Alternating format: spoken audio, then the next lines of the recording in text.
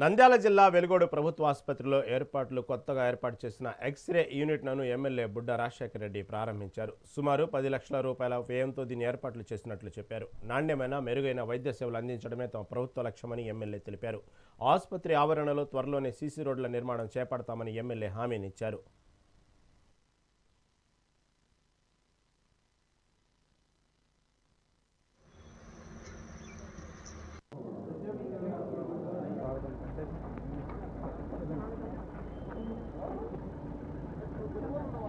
కొంచెం ఎన్ని జరిగింది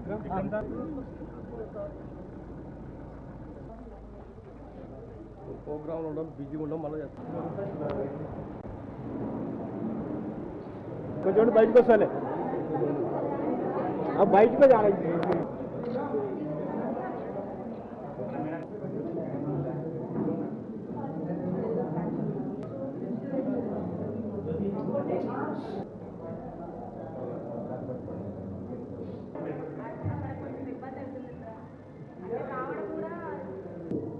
ఇప్పుడు మీకు ఇబ్బంది ఉంటుంది కాదు.